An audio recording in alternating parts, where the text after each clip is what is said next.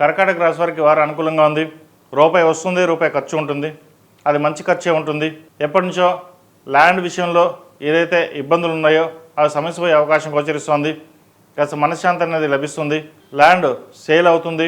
ఆ వచ్చిన డబ్బులతోటి అప్పు తీర్చాలనే భావన ఎక్కువగా ఉంటుంది. ప్రయత్నాలు ప్రారంభించవచ్చు. అదేవిధంగా పర్సనల్ లోన్ కోసం ప్రయత్నాలు చేసే వారికి దూరంగా ఉండడం చెప్పదగినది. వృత్తి ఉద్యోగాల పరంగా అనుకూలంగా ఉంటుంది. వ్యాపారం కూడా చాలా చక్కగా ఉంటుందని చెప్పచ్చు.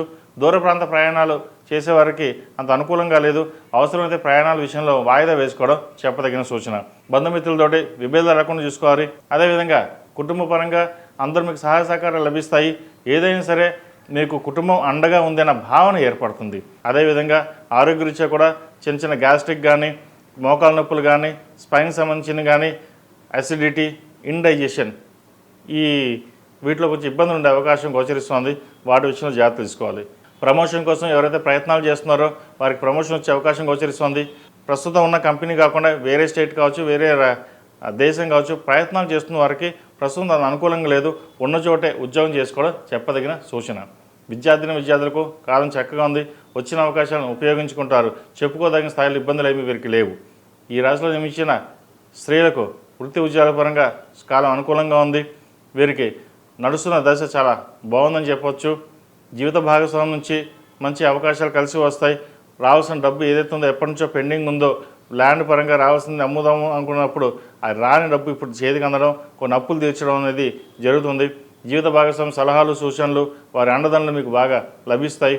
మీ భాగస్వామి మీద పెట్టిన ల్యాండ్ ఏదైతే ఉందో అది సేల్ అవ్వడం కూడా జరుగుతుంది. అదేవిధంగా రియల్ ఎస్టేట్ రంగాలకి కాలం అనుకూలంగా ఉంది. సాఫ్ట్వేర్ రంగం వారికి, బ్యూటిషియన్కి, ఫ్యాషన్ టెక్నాలజీ ఈ రంగాల వారికి చక్కగా ఉందని చెప్పొచ్చు. చార్టెడ్ అకౌంట్స్ వాళ్ళకి, ఎంబీఏ ఫైనాన్స్ సెక్టర్స్ వారికి అనుకూలంగా ఉంటుంది. సినీ కళా రంగాల వారికి అంతంత మాత్రంగా ఉండే అవకాశాలు గోచరిస్తుంది. వాటి విషయంలో జాగ్రత్తలు తీసుకోండి. వైద్యుతులు ఉన్న వారికి కొన్ని జాగ్రత్తలు తీసుకోవడం చెప్పదగినది. మెంటల్ స్ట్రెస్ ఎక్కువగా ఉంటుంది. మంచి ఉద్యోగం వస్తుంది, కానీ జీతం తక్కువగా ఉంటుంది. ఇంత చదువుకుని వైద్యుతులు ఉండి కూడా ఇంత తక్కువ జీతమా, వేరే ఉద్యోగానికి వెళ్ళిపోదాం అనే భావన కూడా ఏర్పడుతుంది.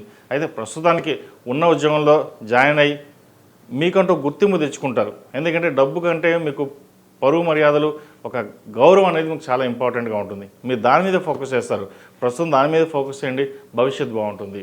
ఈ రాశిలో జన్మించిన వారు ప్రతిరోజు ప్రతినిత్యం దక్షిణామూర్తి స్తోత్రాన్ని పఠించడం, ఓం నమో నారాయణ వృత్తులతో దీపారాయణ చేయడం చెప్పదగినది. అదేవిధంగా సుబ్రహ్మణ్య పాశుపత హోమం చేయించండి, మంచి ఫలితాలు సంప్రాప్తిస్తాయి. ఈ రాశిలో జన్మించిన వారికి కలిసి వచ్చే సంఖ్య 7, కలిసి వచ్చే రంగు తెలుపు.